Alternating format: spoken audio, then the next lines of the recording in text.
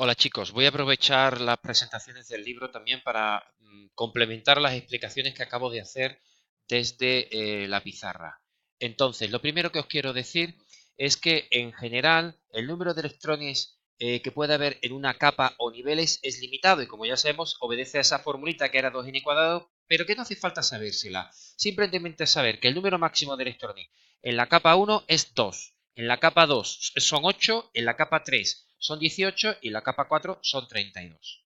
Hay que saber además que hay subcapas o subniveles, así que está la subcapa S, que el número máximo de electrones caben son 2, en la subcapa o subnivel P existen 6 electrones como máximo, en la capa D 10 y en la capa F 14.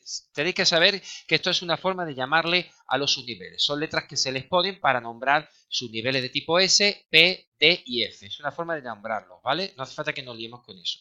Y después la famosa regla de Möller que nos ayude a construir el orden creciente de energía de los electrones, siguiendo las diagonales. 1s, 2s, 2p, 3s, 3P, 4S, como vais viendo aquí, 3D, 4P, 5S y así sucesivamente se van construyendo siguiendo ese orden, las configuraciones electrónicas. ¿De acuerdo?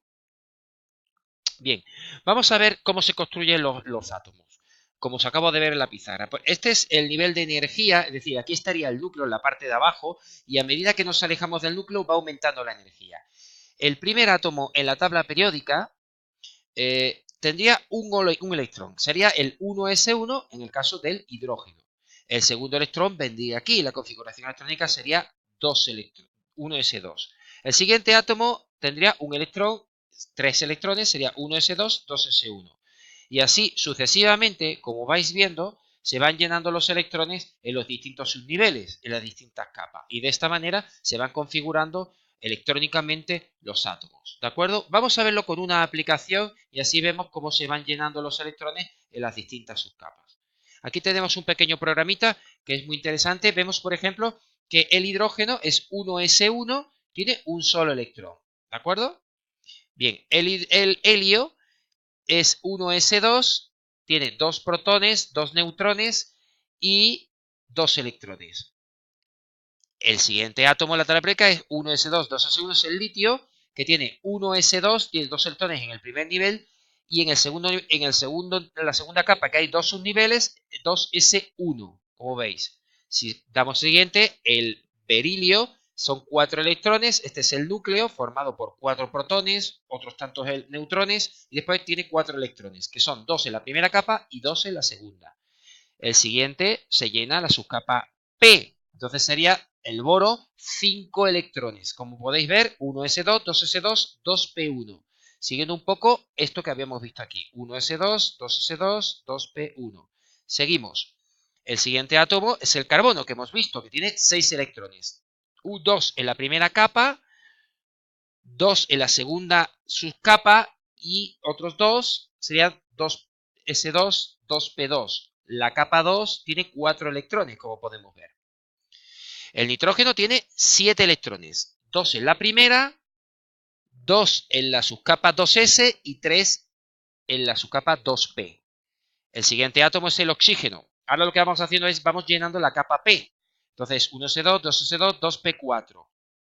El siguiente es el flúor. El flúor, 1s2, 2s2, 2p5. El siguiente átomo es el neón. 1s2, 2s2 y 2p6. Ya tenemos la capa 2 completa porque como recordaos que en la capa 2 como máximo caben 8 electrones. Ya la tenemos completa. El siguiente átomo, que sería el sodio, empezamos a llenar la capa 3, siguiendo un poco esta secuencia. 1s2, 2s2, 2p6 y ahora empezamos con la 3s.